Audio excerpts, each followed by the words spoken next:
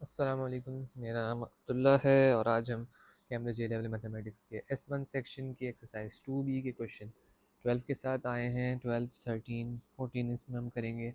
तो आइए जनाब, हम पहले देखें। क्वेश्चन 12 में हमें दी हुई है फ्रीक्वेंसी डेंसिटी डायग्राम दी हुई है। तो फ्रीक्वेंसी डेंसिटी डायग्राम देखते ही हमें समझ में आ जाना चाहिए कि हमें इसमें से फ्रीक्वेंसी कैलकुलेट करनी होगी। तो ये हमने ओ लेवल में पढ़ा था कि फ्रीक्वेंसी डेंसिटी चार्ट से फ्रीक्वेंसी निकालने का क्या तरीका होता है। फ्रीक्वेंसी निकालने का तरीका होता है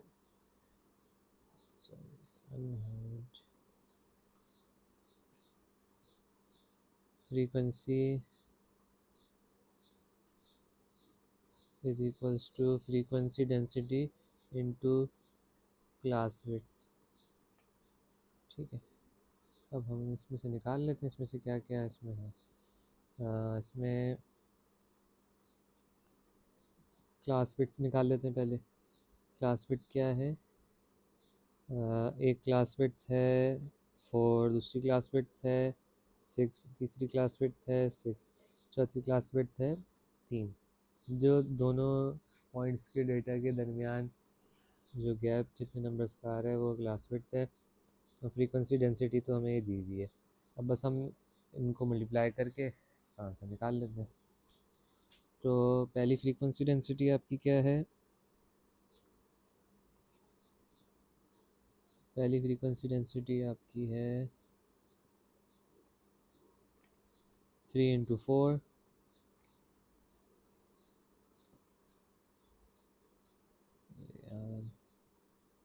पहली फ्रीक्वेंसी डेंसिटी है आपकी 3 × 4। दूसरी फ्रीक्वेंसी डेंसिटी है ये 2.5 पे है। 2.5 × 6, 2.5 × 6।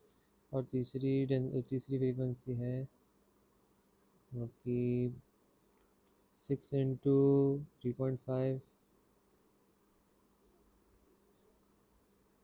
और चौथी है आपकी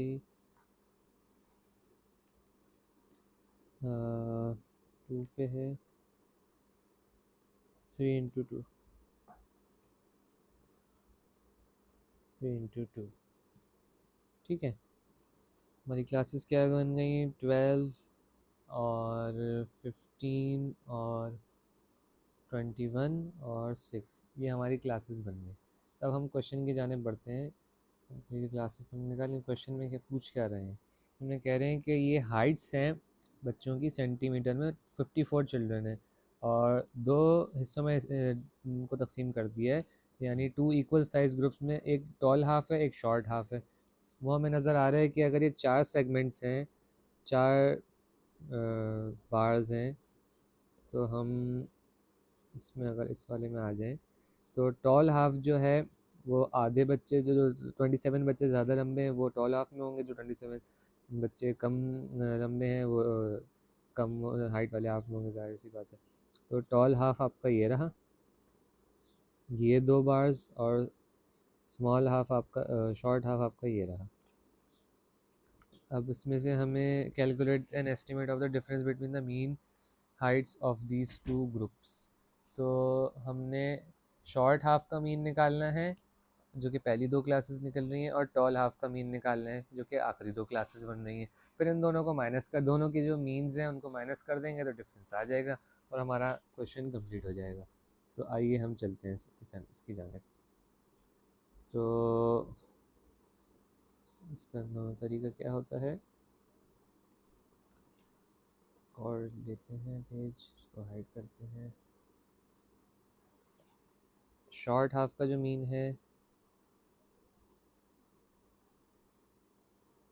मीन निकलेगा सबसे पहले तो जो आपकी मिडिल वैल्यू है क्लास विड्थ की, हम वो लेंगे और उसको उसकी फ्रीक्वेंसी से मल्टीप्लाई कर देंगे। 140 से 144 था तो हमने 142 लिया और उसको मल्टीप्लाइड बाय 12 कर दिया, प्लस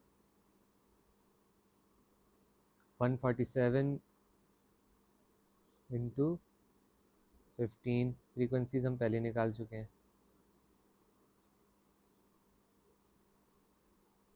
बहुत कोने में चला गया।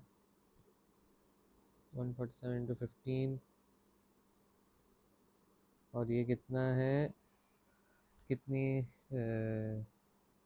फ्रीक्वेंसीज हैं टोटल? 15 और 12 जो कि बनती हैं 27। 15 और 12 बन के 27 टोटल फ्रीक्वेंसीज बन गई। और ये देख लीजिए कि ये 142 हमने ऐसे निकाला और 147 हमने इसका हाफ, जो कि 6 है टोटल, तो हाफ इसका यहाँ 3 पे होगा, तो 147 इसका हमने मिड पॉइंट निकाला। अब हम टोटल नंबर ऑफ फ्रीक्वेंसी 27 डाल देंगे और इसको सॉल्व कर लेंगे कैलकुलेटर में डाल के। तो हमारा क्या आंसर आ रहा है, इसको हम फ्रैक्शन में कर लें क्योंकि मैंने आंसर चेक किया तो उन्होंने फ्रैक्शन में किया हुआ है। तो जो आंसर आ रहा है वो है 144 होल नंबर 7/9 सेंटीमीटर।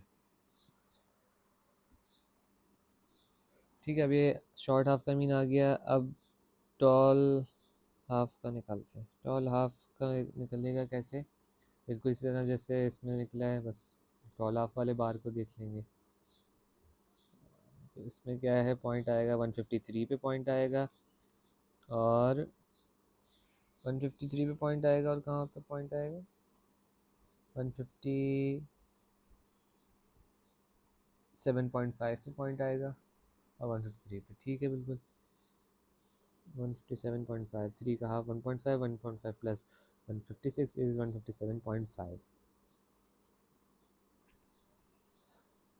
153, सॉरी ये बार बार हो रहा है, मुझे इसको क्लिक नहीं करना चाहिए।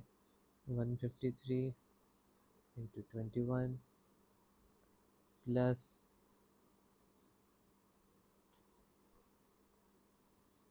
157.5 प्लस 157.5 इंटू 6, जिसकी फ्रीक्वेंसी हमने निकाली थी, डिवाइड बाई टोटल नंबर 27। मैंने क्योंकि दो हाफ में तकसीम किया है, शॉर्ट हाफ भी 27 का, लॉन्ग हाफ भी 27 का, हम गिन भी सकते हैं जाके, लेकिन इसकी ज़रूरत नहीं है।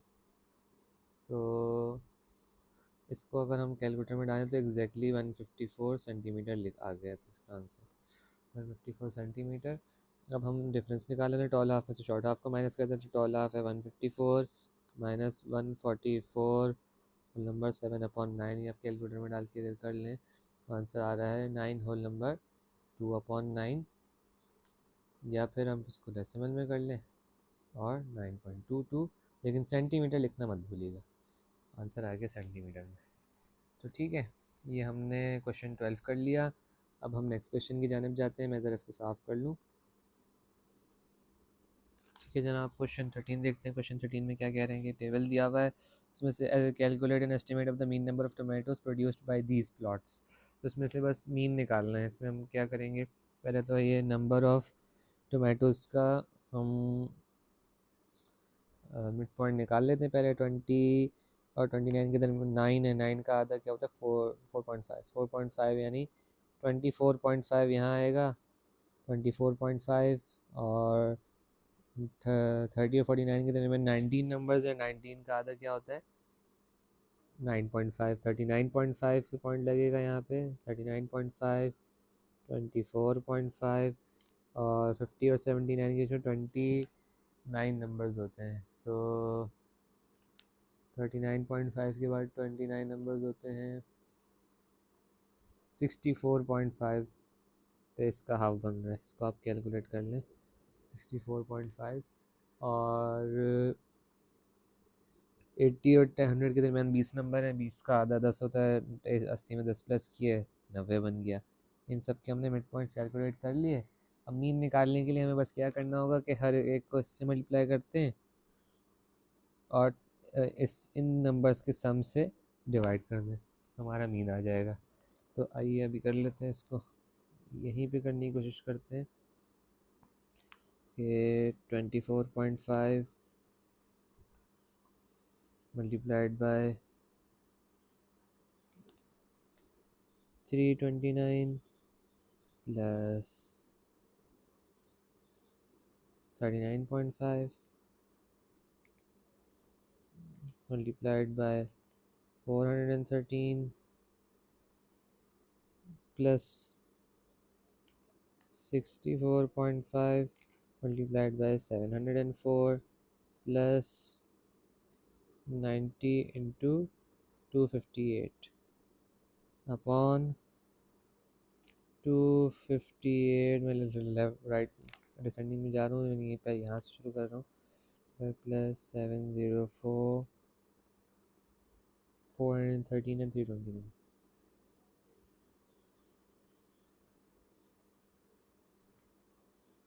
अब इसको हम आगे ले आते हैं, मैं कैलकुलेट कर लेता हूँ। ये मैंने कैलकुलेट कर लिया, तो मीन आ रहा है इसका 54.6। ये हमारे पार्ट ए का आंसर हुआ है। अब पार्ट बी में हमसे क्या पूछ रहे हैं। हमने तो मालूम कर लिया कि best mean number of tomatoes produce by these plots. अब पूछ रहे हैं कि tomatoes are weighed accurately and their mean mass is found to be 156.50 grams. याद रखिएगा कि ग्राम्स है ये। At market they are sold for 3.20 per kilogram. यहाँ ग्राम्स है और यहाँ किलोग्राम्स है, तो हमको एक में लेके जाएंगे इसको, एक मास में कन्वर्ट करेंगे, केजी या फिर ग्राम्स में। And total revenue is 50350। Find the actual mean number of tomatoes produce पर प्लॉट। तो ये कैसे करेंगे। तो पहले तो हम इक्वेशन बना लेते हैं। इक्वेशन बन रही है कि 1704 यानी कि जो टोटल 1704 इसका सम है, टोटल नंबर ऑफ प्लॉट्स 1704। पहले तो हम कह लेते हैं number of tomato, mean number of tomatoes पर प्लॉट को भी हम सपोज कर लेते हैं कि एक्स है। चलो एक्स समझ लेते हैं। 1704 को अगर हम कितने ग्राम्स हैं 156.50। एक मिनट हम इसको साफ करके नई इसमें ले जाते हैं। हाँ जी, तो 104 नंबर ऑफ प्लॉट्स हैं।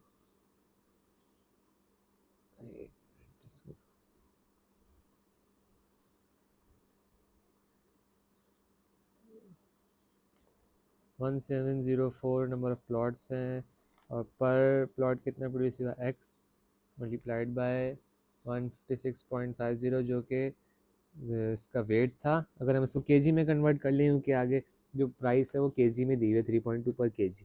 केजी के लिए हमें क्या करना पड़ेगा, डिवाइड बाय 1000 करना पड़ेगा, तो ये केजी में हो जाएगा।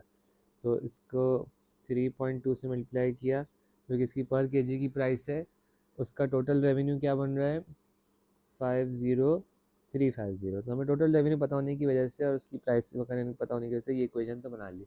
अब हमें सिंपली एक्स को अकेला करना है और हमारा आंसर आ जाएगा। तो हम इस एक्स को अकेले कर लेते हैं। एक्स इक्वल्स टू, थोड़ा सा मैंने तेज तेज कर लिया, यानी डायरेक्ट कर लिया है। X equals to 50350 upon 853.3632। ये कैसे हुआ, ये कैसे हुआ, ये कैसे हुआ, ये कैसे हुआ। ये इस तरह से हुआ कि इसको पहले इससे मल्टीप्लाई किया, फिर जो आंसर आया उसको हमने इससे मल्टीप्लाई किया, एक्स को यहीं रहने दिया, तो उस सब को उठा के हम यहाँ ले गए 50350 के नीचे। तो अब यहाँ पे एक्स रह गया। अब इसको भी कैलकुलेट कर लेते हैं। X equals 59.0। तो ये लेकिन याद रखना है कि हमने केजी के अंदर करना है, इसको डिवाइड बाय 1000 करना नहीं भूलना, वरना हमारा आंसर गलत आ सकता है, क्योंकि ये प्राइस पर केजी की दी हुई है इन्होंने। पार्ट सी में हमसे पूछ रहे हैं कि why could your answer to part B inaccurate. तो इसका बड़ा सिंपल सा जवाब है कि हमारा आंसर क्यों इनएक्यूरेट है, कि हमने अज्यूम कर लिया कि हर प्रोड्यूस्ड करदा टोमेटो जो है वो मार्केट पहुंच गया और मार्केट में जाके बिक भी गया। हमने ये अज्यूम कर लिया है। और एक और रीज़न ये भी हो सकता है, जैसे पहले हम इसकी बात कर लेते हैं कि अगर सारे टोमेटोज़ पहुँचे ही नहीं, जैसे कि कुछ टोमेटोज़ डैमेज हो गए या फिर मार्केट पहुँचते पहुँचते ख़राब हो गए और या मार्केट पहुंच ही नहीं सके, तो ये रीज़न है कि वो जो हमारा आंसर है वो गलत हो सकता है, क्योंकि जितने टोमेटोज़ मार्केट में बिके ही नहीं, तो हम उसका आंसर किस तरह से एस्टिमेट करके दे सकते हैं। तो हमारी जो एस्टिमेशन है वो इनएक्यूरेट हो सकती है इस वजह से। और अगर आपके स्केल्स ख़राब हैं, मैंने आंसर में चेक किया तो उन्होंने इसमें इजाफी बात ये लिखी हुई है कि द स्केल्स में भी ओवर एस्टिमेटिंग मासेस, यानी आपके स्केल ही सही नहीं है। तो एक ये रीज़न भी हो सकता है कि आपके स्केल जो है वो ज़्यादा बता रहा है, आपका ओवर एस्टिमेट कर रहा है आपके मास को, क्योंकि असल में आपका मास इतना है नहीं। तो ये रीज़न है जिसकी वजह से हमारा पार्ट बी का आंसर इनएक्यूरेट भी हो सकता है, ज़रूरी नहीं है लेकिन। अब जल्दी जल्दी हम क्वेश्चन 14 को देख लेते हैं। क्वेश्चन 14 बहुत आसान है। इनसे गलती ये हुई है कि 20 बॉयज़ एंड गर्ल्स यहाँ लिखा हुआ है, तो यहाँ 30 गर्ल्स है। आप काउंट करेंगे तो आपको पता चलेगा कि गर्ल्स जो 30 है। 20 boys and 30 girls were asked how many aunts and uncles they have. The entry 4 and 5 in the following table, जो कि ये है। ये बता रही है कि 4 बॉयज़ और 5 गर्ल्स के 3 आंट्स और 2 अंकल्स हैं। तो इन्होंने बहुत कॉम्प्लेक्स चार्ट बना दिया है। अब हमें mean number of uncles that the boys have. तो बॉयज़ टोटल हैं 20। तो अब हम निकाल लेते हैं कि कितने अंकल्स हैं बॉयज़ के पास। तो जो लेफ़्ट वाला नंबर है ये बॉयज़ के लिए है, तो ये हो गया 1 2 और 5 6 8 15 एंड 16 एंड 20। सॉरी, ये तो नंबर ऑफ़ बॉयज़ ही आ गए ना, ये तो नंबर ऑफ़ बॉयज़ इन्होंने यहाँ पे दिए हुए। हम नंबर ऑफ़ अंकल्स को कैसे निकालेंगे कि इसी नंबर को इससे हम मल्टीप्लाई कर देंगे। कितने बॉयज़ के पास आपके हैं 1, एक बॉय के पास आपका 3 अंकल हैं, यानी पेन क्यों नहीं काम कर रहा,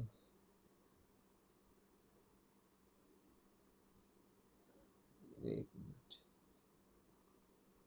पेन का कलर चेंज हो गया था, सॉरी। तो एक बॉय के पास हैं 3 अंकल, तो ये तो 3 इंटू 1 आ गया। और जनाब आपके 7 4 और 1, यानी कितने हो गए, 4 7 11 11 और 1 12, 12 बॉयज़ के पास हैं 2 अंकल। और उसके बाद आ जाते हैं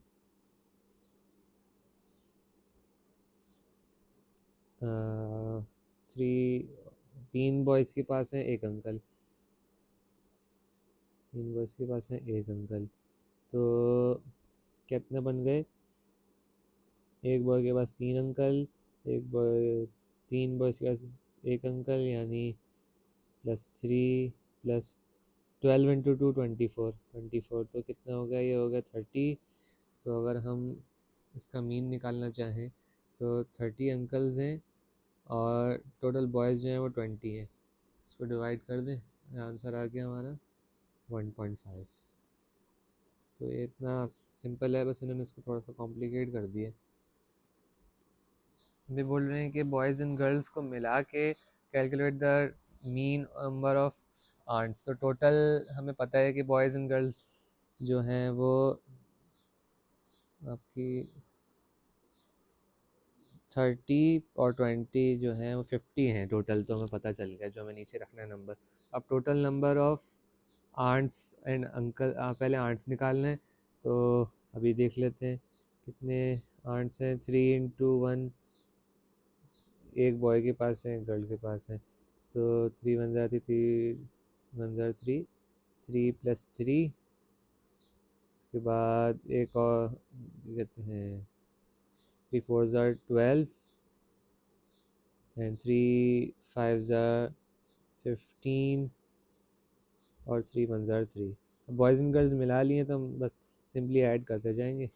और 2 2 ज़ार 4, 2 1 ज़ार 2 एंड 2 4 ज़ार 8, 2 7 ज़ार 14, 2 11 ज़ार 22 2 1 ज़ार 2 और जो है 1 2 ज़ार 2, ऐसे ही इस तरह से 3 4 1। अब ज़ीरो आर्ट्स का हमें फ़ायदा नहीं है कि हमें वास्ता नहीं है कोई। इसको जब आप ऐड करेंगे तो आपका आंसर आ रहा होगा 98। टोटल नंबर ऑफ़ बॉयज़ कितने, total number of boys and girls मिला के कितने हैं 50, 98/50। तो इसको भी डाल लें कैलकुलेटर में, तो आंसर क्या आ रहा है 1.96। 1.96 इसका आंसर आ रहा है। इसको भी अब साफ़ कर लेते हैं ताकि अगला पार्ट हमें आसानी हो। बल्कि फिर अगर ये कर लिया हमने क्वेश्चन बी का पार्ट 1, तो इसी तरह से क्वेश्चन बी का पार्ट 2 होगा। अभी आप लोग खुद कर सकते हैं कि इसमें क्या करना होगा। टोटल हमें नंबर पता है कि 50 number of girls and boys हैं। बस आंट्स और अंकल्स का नंबर जो हमें है उसको टोटल करके यहाँ लिखना है और उसको डिवाइड कर देंगे 50 से, तो आपका आंसर आ जाएगा। जैसे मैंने आर्ट्स के साथ किया है उसी तरह से बस आपने आर्ट्स का उतना ही डेटा लेना है और फिर अंकल्स का डेटा उसमें ऐड कर देना जिस तरह से मैंने कैलकुलेट किया है। ठीक है, तो अब अगले पे आ जाते हैं जो बस पार्ट सी है। Suggest an alternative way of presenting the data so the calculation in part A and would be simpler to make. तो भाई बहुत आसान है, इतना कॉम्प्लिकेट क्यों कर दिया था पता नहीं। आप सिंपली बॉयज़ एंड गर्ल्स के दो बार चार्ट बना देते, एक बॉयज़ का और एक गर्ल्स का। तो ये अंकल का कर लेते और ये आंट्स का कर लेते और ये गर्ल्स के साथ भी बिल्कुल वैसे ही कर लेते, गर्ल्स और बॉयज़। तो बस ये सिंपली अगर बार चार्ट बना लेते या हाँ दो अलग सिम बॉयज़ बार चार्ट बना लेते तो माइंडली क्लासीफाई करने में आसानी हो जाती है बिल्कुल इसके लिए। तो यहाँ पे हमारा क्वेश्चन 14 भी ख़त्म हो गया। अब हम वीडियो एंड करते हैं। क्वेश्चन 14 से ऑनवर्ड्स अब हम नेक्स्ट वीडियो में बनाएंगे। ठीक है, अपना ख्याल रखिएगा। अल्लाह हाफ़िज़।